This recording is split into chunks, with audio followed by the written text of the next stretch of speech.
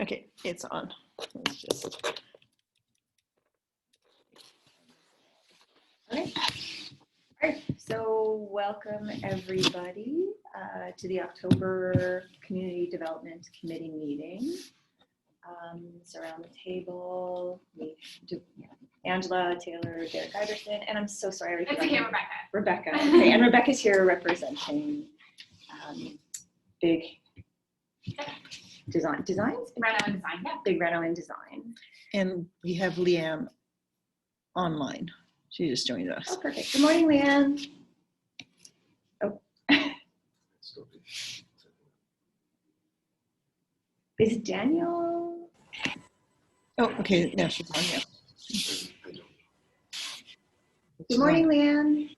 Good morning. How are you? I'm well, thanks. Sorry I'm late. No, that's okay. Do you have anyone else with you? Daniel's on his way and Stacy should be here shortly also. Oh, that's great news. Awesome. Thank you. So is it okay if we just kind of get rolling and they'll join us when they get there? Sure. You want to wait? We can get rolling. Daniel's here, so we can get going whenever you're ready. Sorry. Good morning. Okay, so we'll start the meeting. Can I have somebody move to accept the agenda, please?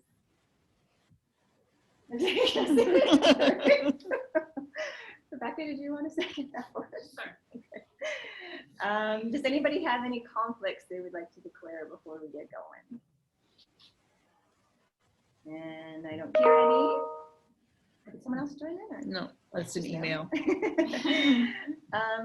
So those of you who are at the last meeting, if anyone had a chance to review the minutes, I don't think that was the one where it was just the three of us. No, No, that was. Oh, but Wayne Stacy Yeah. was here. Yeah. Sean Gillespie. Sean. Yeah. So what do we do if only? We just hold the minutes. Okay. So Well, both of you weren't, right? Yeah. So we'll just hold them till next time. sound good. We do not have any new committee members. Well, I guess Rebecca. Yeah. You're sort of new. It's the first time joining us, but you guys have committed to kind of keeping in touch with the committee, so thank you for that. So welcome. And moving forward to the meat of the meeting, this committee is meeting regularly now with the Durham Region Police. So we have, I think we're doing monthly meetings first. Just to touch base, they are taking certain statistics for the downtown core specifically. They are trying to find out the best way to share that and exactly what statistics will be meaningful for the businesses. So it's kind of like this conduit where we're able to send what the businesses feel they need from the police. They said they actually have some flexibility in the type of patrols and services they're providing. So I don't really know. That's kind of why we're meeting regularly, to find out exactly how we can leverage each other's support. So they are very receptive to working with us downtown, trying to see if they can change or enhance their services to better support businesses. We have a town hall this Thursday at 8:30 in the morning. And it's safety and security downtown. So they will be a panel member there. We also have EMS, fire, blah, blah. So again, it's just another forum for businesses to have opportunity to ask questions and be informed as to what's going on downtown. So that's kind of like our little kickoff to setting the stage for more open dialogue between safety and security downtown and what's actually happening. Just trying to think, is there anything else from the guests that I'm leaving out? I think that was the meat of it. That it's just kind of, we're starting this kind of quasi relationship and feeling each other out and exactly what each other's needs are going to be and how responsive they can be. I mean, they do recognize Oshawa is quite involved compared to other jurisdictions, but we're pressing them to redistribute their resources a little more representatively so that maybe downtown Oshawa can have a little more support without extra cost involved. So that's a regular meeting with DRPS. So if you guys have any ideas or questions or anything that we can bring forward to them, from this committee, that would be more than welcome. Sorry, Kim? Sorry, Kim, we're having a really hard time hearing you. Oh, Cindy. Is that better? Oh, much better. Thank you. Okay, no worries. Sorry about that. Is there anything that you kind of half heard or that I can clarify? I don't think we heard any of that. Sorry. Okay, so high level, we're meeting with, this committee is meeting with the Durham Region Police to figure out more of what the needs are downtown and how they can better support us. So they need to hear from us and what concerns we have, what areas or what problems are going on, and we need to press them for better or more presence and security downtown. So Thursday we have our town hall regarding safety and security downtown, and there'll be a panelist along with fire, EMS, and bylaw. So we're just really trying to open this dialogue and have regular meetings with them to see if we can kind of help downtown move forward a little bit. Great, good, thank you. So yeah, if you guys have any questions or anything we can bring forward, we are going to send out a poll.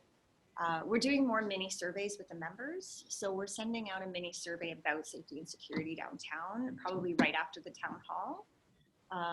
So if anybody has any specific questions or anything they think we should touch on in that mini survey, please be sure to let us know. Next item on the agenda is the Welcoming Streets update. So I don't think we have anybody from Welcoming Streets here that can provide an update. I know right now they're in a quasi-evaluation phase because they're requesting that the program be extended into next year. So I believe they're collecting data and writing a summary report to move forward. So I don't know our role in representing the businesses. We haven't really been asked for feedback from our membership. We've been asked for feedback just from the BIA. So I think with this committee, the best interest would be, again, is to do an unbiased random sampling of businesses. So we spoke very briefly about maybe making phone calls to every 20th member listed that has a street level business downtown, and just asking them questions such as, have you heard of WSI? Have you used them? What was your experience like? Have they been in touch with you? Just a few questions to get that feedback directly. The only concerns that have been flagged at our second last board meeting, there was a business member who came to the meeting who was very upset. He had never heard of WSI, as well as some of the other members that had come to that board meeting that were in attendance felt that it wasn't in the BIA's interest to be involved in that it was a regional or municipal problem and we shouldn't have anything to do with that. So obviously those voices are out there and we need to kind of be representative of the businesses downtown and really get a true feeling of what they think about the program, or if it can be changed or modified to better suit their needs. So most likely over the next while, I think some of us will be making those calls. So I don't know if anybody had feedback on that approach or if there's anything we could be doing differently or. Is there still a Welcoming Streets committee or has that been folded into this? So it started out that the project was really a joint project between the BIA, WSI, and the city. So this committee was formed under that larger umbrella. We had kind of little things, but that was a primary mandate. So then Caria took on more of an operations lead. So there is a Welcoming Streets meeting. The BIA has had intermittent involvement with that. So I think Sue, Kyle, and Kim, they meet monthly. And Haley. Haley was our representative for a while. I think she still is until the end of the year. Yeah, I think so. Mm-hmm. Just to backtrack the concerns expressed by members. So there's members that are concerned over which jurisdiction of government is paying for. They're concerned that we're using our time and resources supporting a program they don't feel we should be supporting. They don't feel it falls in our mandate. So they don't support the program at all. they support the program as long as somebody else is delivering it and involved in it. They don't feel that it's worth our time. Yeah, there's some misconceptions that we've got like a financial involvement and that we're spending too much time and different things like that on it. Or even That's their discussing it. concern. It's not in our purview. Like they don't want us, like they don't want us taking up committee time talking about it, basically. So that's despite the fact that your member surveys show that that issue is their number one concern right now. Yeah, absolutely. Okay. I mean, it could be the small majority, but we did hear half a dozen voices who said that. So I don't know if, you know, you can look at, I think, We do hear other voices as well. That's Yeah. why we wanted the survey, right? and traditionally we haven't really done things, even our survey, the sample could be biased towards those who respond to surveys and or have a positive attitude or have the primary concerns or the most vocal. Like we haven't really done anything in an unbiased random sample way. And I think we need to move towards that.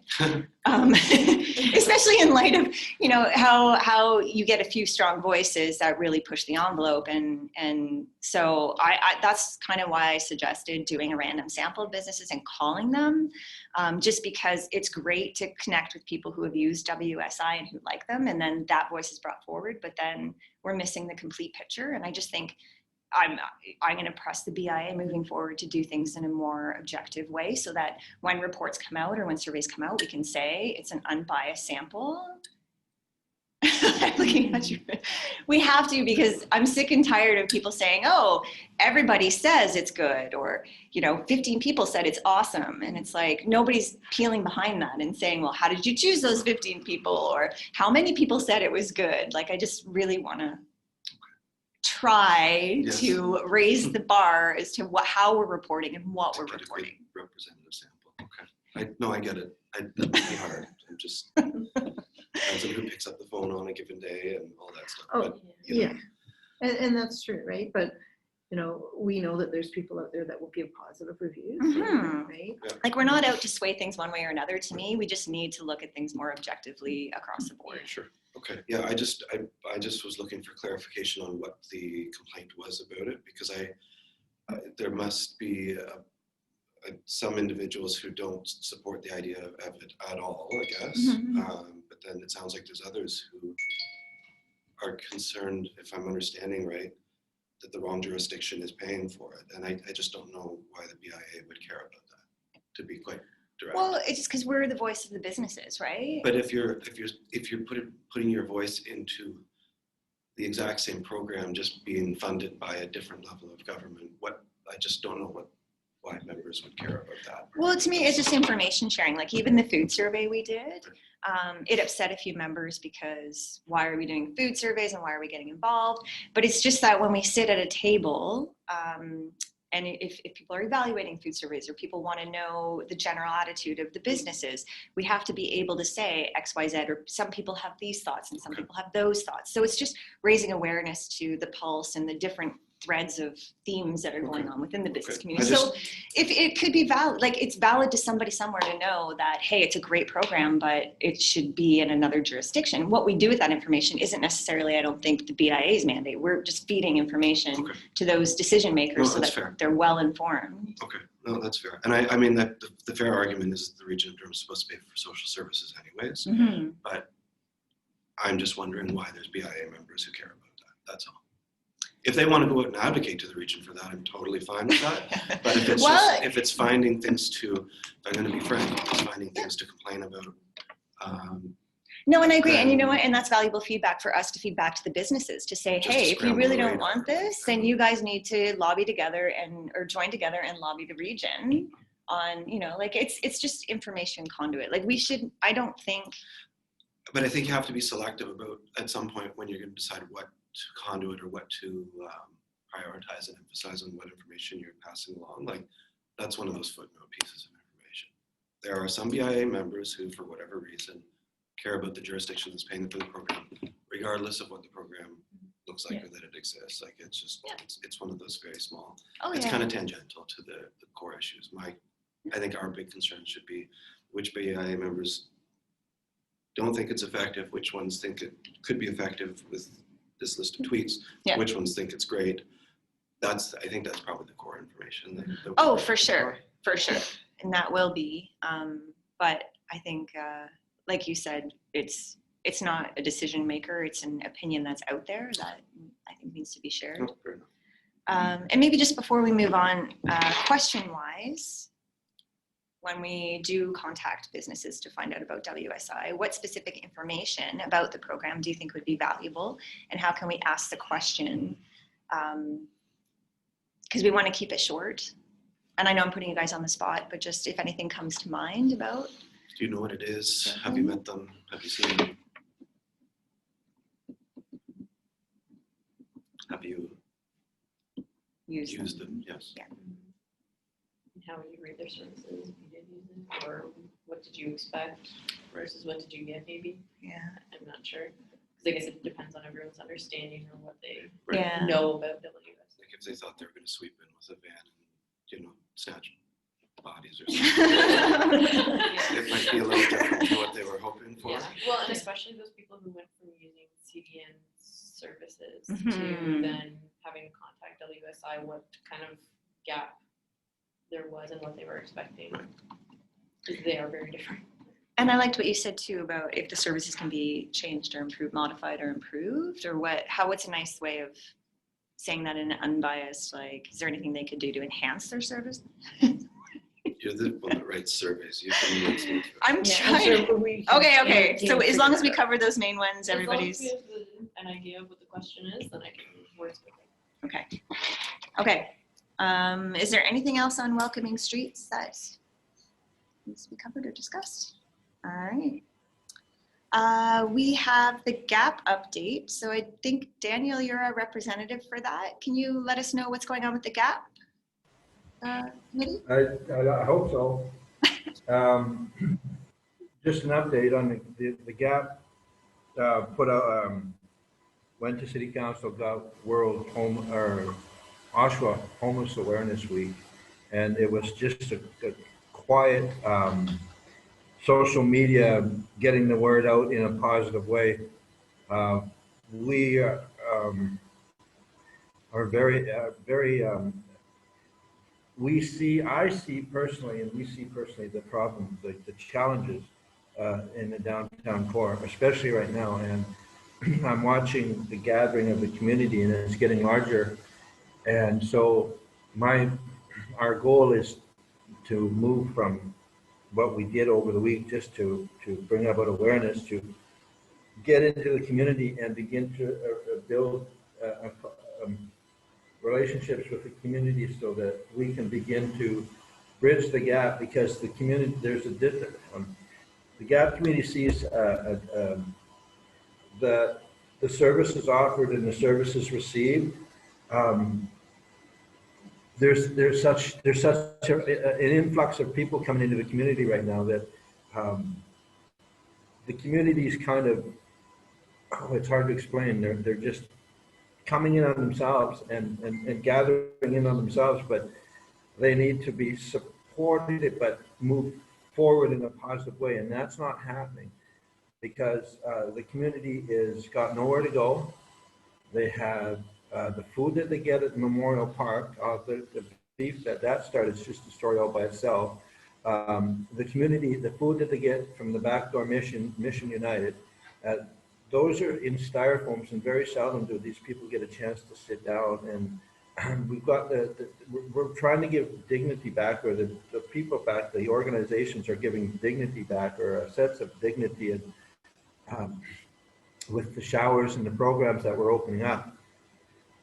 The GAP committee over the winter is going to sit and build relations with the community, just as the space between, and find a buffer, because I see the problems downtown. I saw a person downtown last week walk up to a well-known spot where a member of the community likes to sit and mind, and he's a challenge because he sits there and the owner has the right to ask him to leave his property, and I agree with him having to leave the property, but he's getting away and moving away. But while he was lying on the street there the other day, a guy walked past him and bent down and screamed in his ear, "How's it going, buddy?" He scared him right out of his boots. He jumped into the corner, and then the guy walked away and came back, turned around, came back and kicked him twice and walked away. I mean, there's such a disdain for the community, and the community because of its behaviors, is bringing a lot of the feelings of the community against itself. But then the community is looked at and saying, you dirty buggers, and it's all your fault. But the problems around it I'm sorry, I'm rambling today, but I have a big burden because I'm watching this stuff get worse. And I know that the owners of the community or the agencies and the businesses downtown are being flooded with a lot of challenges in the community. There are people that are yelling up and down the street. There are people that are lying in doorways. There are people that are stretching out across the park. They have nowhere to go. They have no sense of purpose or hope because everything's shut down. So our goal as the GAP committee is to reach out into the community with a sense of a peer-to-peer support where we can be the bridge between and kind of find a buffer zone so we can kind of shift the mindset of what the community and give the community an ownership of where they're living, and if that would change once it's considered home. My backyard might be 5 or 8 blocks long, or my living room might be 5 or 8 blocks around, and my bedroom's down that end of the corner. But if I see it as being my home, the neighborhood as being my home, I'll treat it with a different sense of respect. And that's the goal of the GAP committee, is to create that mindset in the community. Sorry, that's me. That's it. Does that make sense? Yeah, no, I thank you. gave you the vision of the GAP committee for the winter. That's what I did basically. And we are moving things forward. We're not blind to the troubles. We're not blind to the issues. And we're just gonna find the space between and fix it. That's our goal. No, thank you for that update, Daniel. I just, one quick question. So when you say you're building relationships with the community and moving forward, like, what's the GAP committee's mandate to do that? Like, how many people are you mobilizing? And I'm assuming it's going to be people on the street speaking with the unsheltered population. And what does that look like when it rolls out? Like, I understand the general idea of what you want to do, but I'm just wondering about the logistics of doing it, because it just seems. The logistics is never easy. That's what makes this job fun. But I have probably members of the community that are lived experience, probably about 35 or 40 members of the community that have lived experience that are actively working within the GAP committee. Then I have about 40 or 50 members from agencies that are actively working in. So, I mean, I can draw from those communities, but what I'm looking to do is to take peers or have peers in the community that already know members in the community and be a mentor kind of thing. It's like a coach, mentor, without saying I'm your coach, I'm your mentor, just raise the standard up a little bit and go into the community with a higher standard of respect. And on the street, a word is respect gets respect, right? And we want to build that respect for the community, that they see us working in the community as agencies with what we do for what our job is. But we are also, more importantly, active and proud members of the community, of those that call themselves homeless. And we're not trying to do it with ulterior motives. Our only goal is to change the face of homelessness by talking, by listening, by okay, there's a problem, I can help you with that problem. What do you need with this problem? Instead of being agency to client, it's peer-to-peer, and it's a mentorship idea. Rolling it out is going to be, that's step next. Is that clear? Yeah, and do you have like support from the mayor, the city, or what other organizations, or how are you networking and tapping into the existing efforts in community? Let me see. I sit on the DAM committee. I forget what that stands for, but it's a committee of outreach workers. I sit on the DAC committee. I sit on every committee that needs to be sat on at the level of the region and at the city. And I work with a lot of colleagues, and I've built networks with agencies from Durham Youth Services, John Howard Society, go on and on, the Backdoor Mission. I actively work out of the Backdoor Mission as a peer support worker. So I'm activating, I have a counselor that I gather support from, a couple counselors that I gather support from. And so I draw from many sources. And networking is kind of what I'm known for. And they're all involved in this initiative in some way? This initiative is an ongoing work of the GAP committee, but it's the goal of the GAP committee is setting out right now. Sounds But yeah, yeah. good. It's rolling out now. I've been downtown a couple, when I'm just downtown all the time because that's where my heart is. And I'm watching the problem and I'm watching the challenges and something, if an agency or a professional comes to me as a homeless person, I'm going to look at you with suspicion in my mind and I'm not going to trust you. But if a peer down on the street begins to work and come and around you, and we have the support of I have the support of Durham Mental Health Services. I have the support of the Backdoor Mission. I can draw from there. I have the support of counselor. I have support. So it's just easy. It's just pulling the pieces together. The Welcoming Streets is about helping the community on the street, but it's also about building rapport with the community, with the businesses downtown, and I think it's important. But the GAP committee is about, and what I do as a peer support worker is about building relationships with the community. I have professional connections, let's make peer to professional connections, but more important is that we have peer to peer, one friend telling another friend that this is where the loaf of bread is today. This is where the support is today. This is what we can do today. It's that kind of work, that kind of rapport building, of finding a common ground and then building on that. And if you've never been homeless, you can't find the common ground. You can find common ground with a mental understanding easily, but the common ground that comes from mind and heart, having lived it, is what the community needs to see to begin to find change. It's just my way of thinking right now, and I think it's the direction that I want to take the GAP committee along with GAP. Thank you. No. And So, oh, go ahead. no, I was just going to add something a little more concrete to that. So in the past, also the GAP committee, like last year, the GAP committee had a group that was working on the Out of the Cold program. So we would have warming stations throughout the downtown core, especially coming on winter. So they arranged for agencies to open their doors between 7 and 10 to have a warming center. So this year, the GAP committee is not doing that, but instead, we're kind of working with the region to focus on housing. So they said, let's not focus on providing just a place to get warm, but let's focus on getting all these individuals housed so that we remove the issue of them being on the streets and sleeping in storefronts and things like that.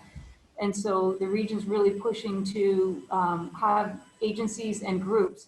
So all of the outreach workers are meeting together. We're having meetings, working together to see how best we can meet with the community that we serve, and how can we better, as an outreach team, serve this community to get them housed and get them off the street and help eliminate the problem of, being in the parks and the streets and things like that by having them housed. So what they're doing is they're having 2 low barrier shelters in addition to the existing shelter system. And they're through those shelter systems, the low barrier ones that they're going to start as of November 1st, going into March 31st as part of the COVID initiative, is to get individuals into the low barrier shelters, and while they're there, try to engage in them and to move them forward into transitional housing, and then from transitional housing into permanent housing. And that's where they're going to have a lot of the peer support and support workers meeting with them and engaging with the community to try to find out how to get them moving on to the next stage as opposed to living on the streets. So it doesn't sound like housing is an actual, lack of housing isn't a barrier. It's getting people connected to the kind of runway to secure housing.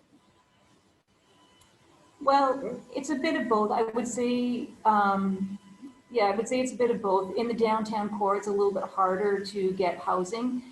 There's a lack of affordable housing, and a lot of individuals are living in very marginalized situations where they could be evicted at any day without notice. There are some supportive housing units that have opened up, but again, they're on the outskirts and people really don't want to move out there. They want to stay here where their community is and where the supports are. So there's that. I know there is some new housing coming on, which, they're looking at that as well. So housing is a bit of an issue, but there are some available, and it's just moving them into that. The problem is that a lot of individuals that are unsheltered are not ready to be housed at this point in time. And so it's working with them to try to encourage them and see the positive in being housed. Well, thank you. That's really good information to pass on. And I think it feeds into a little bit when we do have meetings with the mayor, it's great that there are so many pockets of people trying to do things, but we highlighted kind of the lack of cohesiveness or overall game plan, because it just seems like everybody's trying to do something, but the bigger picture is missing as to how all the pieces are working together and complementing each other. So even, depending on who we're meeting with, we get different splinters. Like I had no idea about the housing, the low barrier shelters and your initiative from November 1st to March 31st. Like, I don't know the best way for us to gather all this information and make it a cohesive presentation to the businesses, because as far as the businesses are concerned downtown, like we have no idea what's going on. We don't know about half of these initiatives. And I don't know how to convey that information when we're getting different pieces from everybody. So I know it's a larger systemic issue and it's not our problem to solve wholly, but I mean, when we're given tidbits like this, like I don't know how to package that and feed it forward to the businesses. So anybody has any insights or? Leanne, is there a single agency that is putting that information out on a regular basis? Brown doing it? Anyone else? Well, I think that's where the GAP committee is going to come in. Nothing's really gone out yet because it's not solidified just yet. There's still, like, for example, the low barrier shelter here in Oshawa, they're still trying to find a location. They have something, but it's not firmed up just yet. So once that is available, then we can definitely pass it out. And that's where the GAP committee is going to come in. They have, last year they put, I don't know if you remember, they have the calendar of all the resources available and who's doing what. They're going to be putting that out again. Right now it's just gathering that information. And of course at the Backdoor Mission, we're sort of at the center of it. So are involved in all of these meetings and all these initiatives, and we will be feeding that out through the GAP committee, hopefully. I think that what we may have to do, Leanne, is discuss whether it's the mission or another entity that plays a role just in terms of downtown Oshawa context, so not social services at large in the region, but if there's an interest in the downtown BIA and the businesses in knowing what services are available. I mean, I don't know if it's an information thing or if we just need to make it simple. And here is 2 numbers to call, either if you want information or if you come across someone and you don't. I don't know that trying to educate 220 members on the roster of services is going to be effective, because there's a struggle to even get them educated on their own BIA's services. So it may just need to be simple. If you encounter someone and you don't know what to do, from these hours to these hours, here's who you call, or if you don't want to call someone and you want to direct them somewhere, send them to the mission. Or, no one is 24 hours right now, so that's part of the challenge, is that it's not like it's 9 p.m. on a Saturday. I mean, where would you send someone? I don't even know the answer to that. Well, isn't that the directive of the welcoming streets? I mean, during business hours, Right and now, then off they're- hours, is it not to call the police? Right now, they're not 24/7, so I mean, that's probably the only other answer, but how long is it going to take for the police to get there? And, it comes back to this sort of ongoing discussion society-wide right now, is why are we calling the police for mental health calls, or where someone just needs to go and find, something to say or something. So anyway, I think maybe we just need to flag that as a further conversation. Well, and just to clarify, my perspective was like when I talk to tenants or other business owners, they're like, it's getting so bad down here. It's getting so bad. It just keeps getting worse. And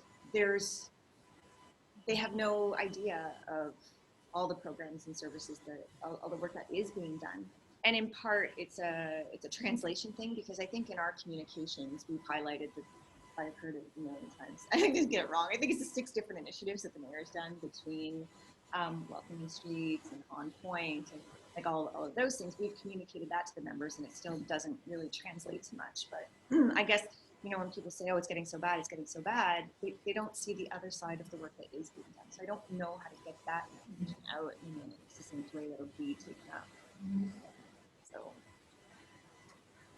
that's I guess something that we can sit with and maybe discuss at the next meeting, how to find out how to translate that and communicate that in a meaningful way for the businesses. Because the businesses from the people I speak to, they're just like, it's a shithole downtown. Like, it's just garbage and it's getting worse. So it's like, well, it's not good, but look at all the things that are being done. We can't succinctly say that right now. Right. So just to try to find out how to get that across. So we'll leave that on the agenda maybe for the next meeting. So thank you so much for those updates, Daniel and Leanne. That was really helpful. Anything else on GAP or? Okay, next item, I guess, Angela, I'll turn to you, is the ramp accessible downtown, the RAD update.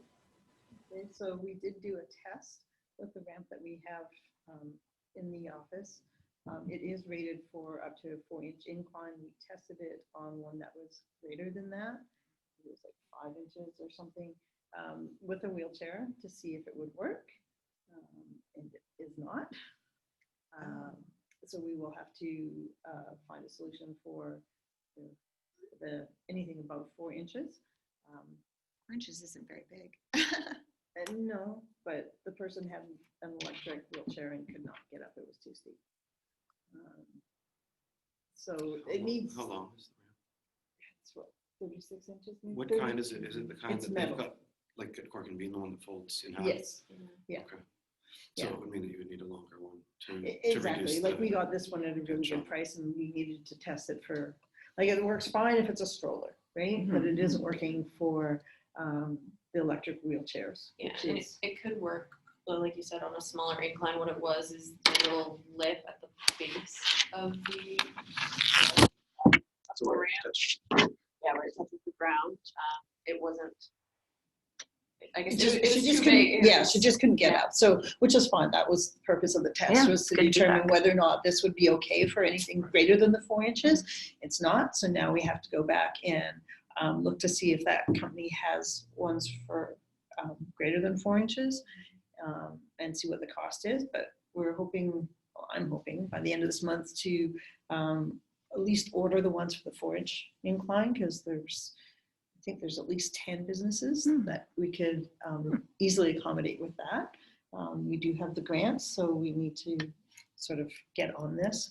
It was sort of delayed with the AGM and stuff happening, so we need to hopefully get this going. And if we can't find any that are already pre-made, then There's 6-foot ramps as well. okay. I don't know if that company has them, but Yeah, so we'll take a look. And then there's, we did approach a couple of companies about making them, and we just haven't heard back. So we'll have to get on, back on top of them and say, we sent you the specs, our rough measurements. We know that some are just definitely not going to happen, like the ones that are like 19 inches. But, we would like to try to accommodate at least the ones that are 6-7 inches, at least through this round. So that's pretty much the update for that.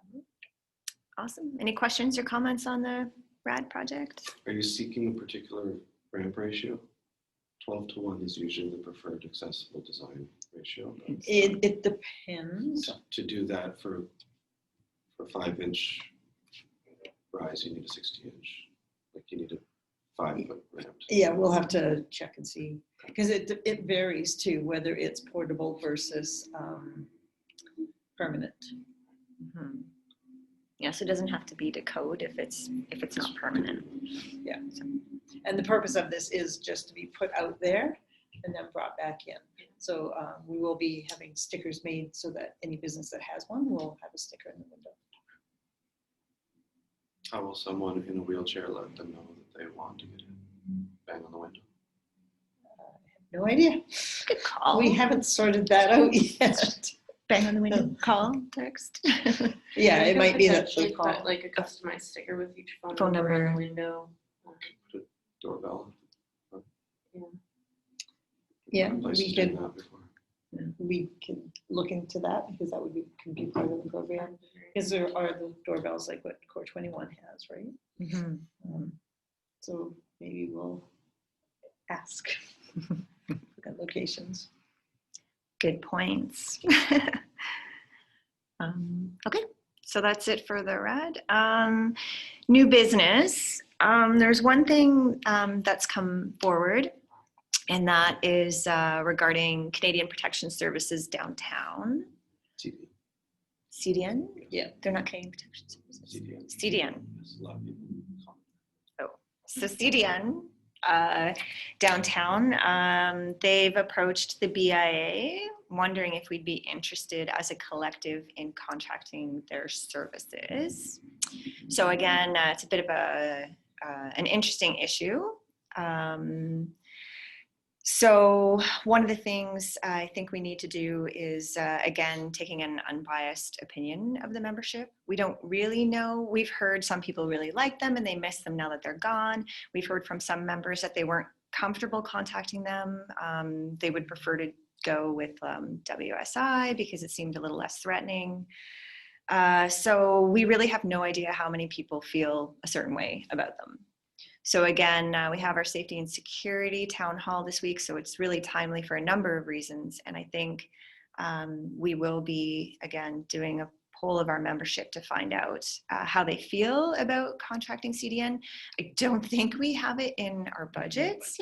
At least for right now, there's no budget for it. From the BIA, but I mean, there are other options if they want to contribute privately or a group with them, or I don't know if we can facilitate that in some way as the BIA, but I do think it's our role to get a better understanding of a more unbiased opinion as to how CDN Protection Services were received by the businesses downtown as a whole, because I don't think we really know. We just heard snippets.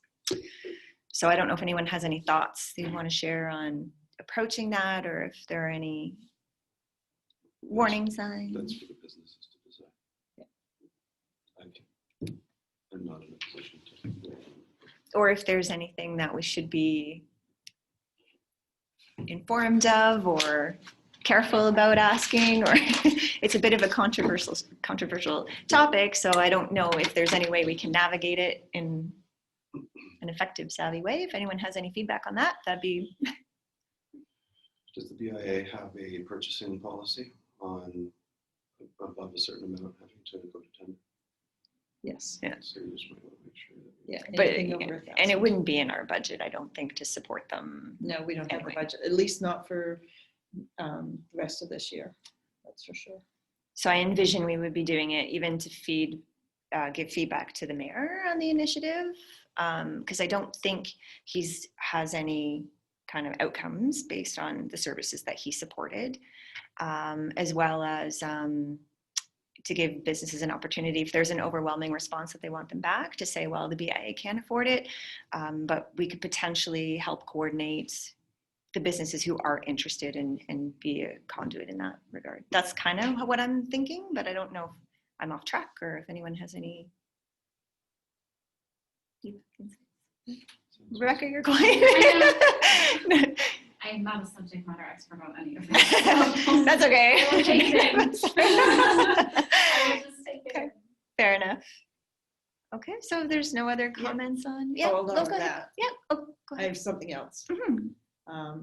So are we finished with that topic? Mhm. Okay, so just more of an FYI, and it has to do with community. We received a request, which we do every year, about purchasing a wreath for Remembrance Day. So I've already filled out everything. So the BIA will be purchasing a wreath. We'll do it under marketing. It is going to be different this year. There'll be no parade, no services for the public. So Right. they are going to be doing a live streaming of it so that the services still will be taking place, which also means we don't have anyone to set the wreath down. They will do that all for us. But just as a FYI that the request came through and that we've already making it happen. Excellent. Excellent. Yeah, and I think that's one of the mandates of this committee. It's kind of got lost is building that sense of community because we tried the Grandview Kids fundraiser. We kind of want the businesses to get to know each other, work in collaboration on things, and mentor each other potentially. So we were trying to think of different ways to do that. And ironically, Grandview approached Taylor and said, "Oh, would the BIA be interested in doing a fundraiser?" So we tried. Kind of as like a litmus test. I wouldn't say it was a good first attempt, but it was not successful in bringing anybody together over a common cause. Turned into more of a board. Yeah, so, and we didn't even get all the board members participating. So I think I'd like to put on the agenda, like different ways we can kind of try to be more of a collective voice downtown. And So there, I think within some of the businesses there is.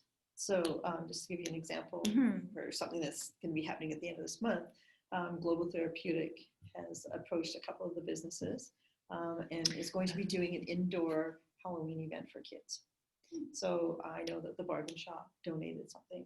And a couple of the other places, I just don't remember which ones, have donated towards the cause.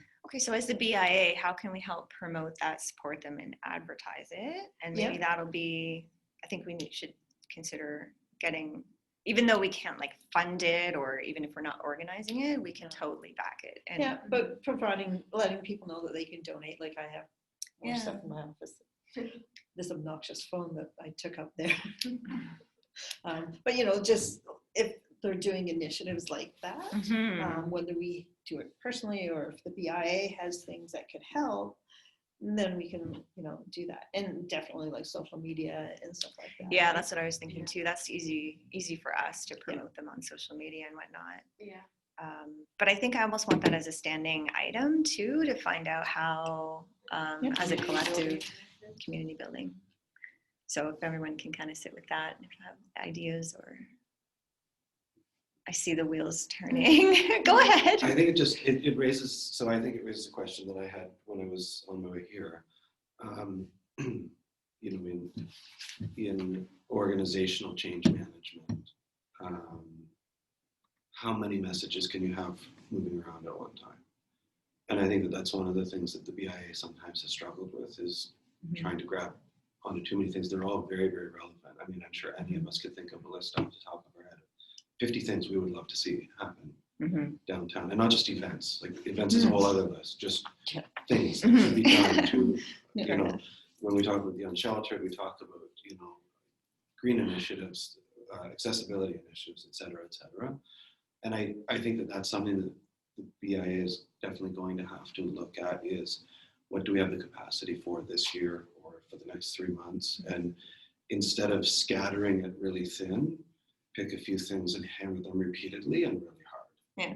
And I think that might be why sometimes there are pieces that get lost in the shuffle, is that and everything is legitimate, like they're all very legitimate, but having to make that choice of, okay, with a limited amount of airspace, what do we want to make a priority for the next 6 months and really score a big win on? I think that's good feedback, but the challenge is for the next year, we have no events, we have no budget for that. And as far as the number one concern is safety and security, we have no control over that other than being a conduit and kind of like the pebble in people's shoes to coordinate that. That So almost what's makes next year a stronger opportunity to do some of the messaging though, because now people aren't going to be, you're not going to be We don't splitting their have to attention focus on onto the it. events and things like that, right? yeah. Less divided focus, you can use that to, instead of pumping out information on how to sign up for this for Cars on King and how to sign up for that at this event. Now it's just, you can focus on. So my question is, am I just so biased as chair of this committee that I think the number one thing is the collective attitude downtown and the voice of collaboration and working together in unity? Because I think that will bring together a sense of community, including the unsheltered population, and how they're perceived and how they're welcomed in the community. So I would drive that as our number one communication issue, is collaboration and cohesiveness, because events aren't happening. Even advertising and promotion, that drops off because there's no events. What else? Well, membership engagement, I think, is a huge thing, right? You know, whether they're actively engaged, but even just information, right? I think that is going to help with the sense of community. I know it certainly did during COVID when we were doing the daily updates and the weekly phone calls. There was a whole sector that, you know, we don't ever hear from, that we actually did hear from when we were doing the calls. And I had people that were actually saying, great, I'll look for your call next week. You know, and these are like all the professional services that really are the silent majority. Right? So I say we take that message forward to the board at the next meeting and say we need to regroup in light of all the changes and whatnot. And mind you, the budget hasn't even been passed, so we don't even know what could happen, but just to maybe table it as planting a seed that we would like to drive our agenda because it's more important than any other committee's agenda.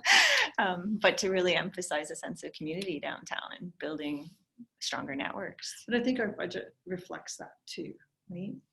When you look at, you know, there's the manpower, but then there's also the marketing, where we've got, and then we've got in economic development and community development, where there's not massive budgets, but there is budgets that allow us to do things that will, you know, work towards that goal. And I think to highlight what you pointed out at the beginning part of the pandemic, people engage with whatever it is that they care about. Yeah. And like when the city did our online budget town halls, I think 12 people out of a Ward 4 population of 32,000 showed up.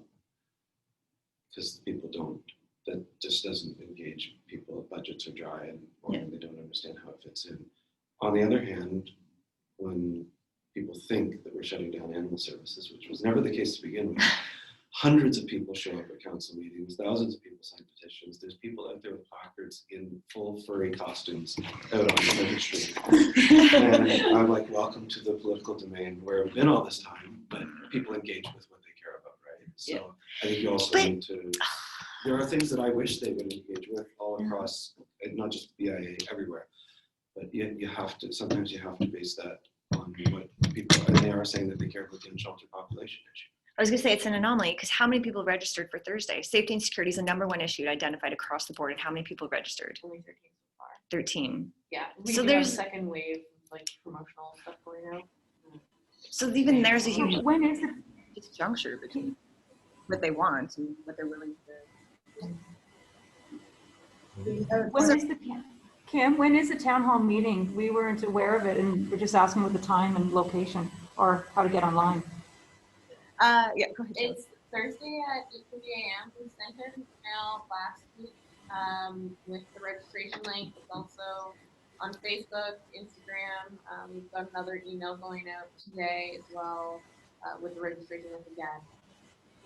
So, Well, yeah, and if you have feedback, if anybody has feedback as to how we can better promote and advertise to get more buy-in, we were really asking for that. Because I don't know if it's a reflection of people's lack of interest, although they identified as the #1 concern, or that we're not doing a good enough job in advertising. Have we ever, Yeah, we're trying to find it online right now, and we can't find it. So maybe getting it out there a little more so people are aware of it. Maybe that's part of the issue.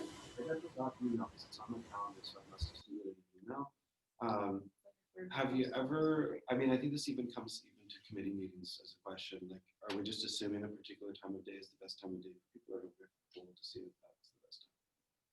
So traditionally, when Because if you run a bar 8:30 in the morning, it's not a great time to attend a meeting. well, actually, I know from experience. it is actually better than for some. So we've actually in the past changed the times of the meetings, the days and the times. And we even did that when we did the training for the naloxone because of that issue, right? And we found for most of our members, if we have it on, for some reason, Thursdays and early in the morning, we get more people that show up. Okay. The thing is, just with like the bars and restaurants and stuff, after say 10:30, 11, their attendance drops off because they've got the restaurant code one. The manager is at 8:30 in the morning. They're usually not Yeah, the only problem that I see right now with that, the timing is being able to drop kids off at school. Yeah. Right? Or if you run a coffee shop, I mean, these prime members do. Yeah. Anyway, but I mean, you're putting it up on YouTube, so you can. Yeah, easily say exactly. that So, parents yeah, want because they are recorded and then they're to Email their posted. questions in advance. If they're- And I know it's 10:03, but I just want to bring up one other concern in that when we advertise or send out those mini surveys or doing stuff is overburdening our businesses with too many emails, too many things. So I don't know, to be really cognizant of how to balance that, because we have to ask them about WSI, we have to ask them about CDN, we have to advertise, and that's all going to be a blitz within the next 2 weeks. Yeah, but, So- and we're trying to balance that with Survey Hero, or sorry, MailChimp. Yeah. So the MailChimp goes to more than just our members. But Mhm. if it's something that's directed just to the members, then we send out the email. So, for some of the surveys, we might send it, like especially a community sort of one, we might send it through MailChimp versus one where we just want to know from the businesses. Yeah. Okay. So, Okay, any other last comments or feedback? No?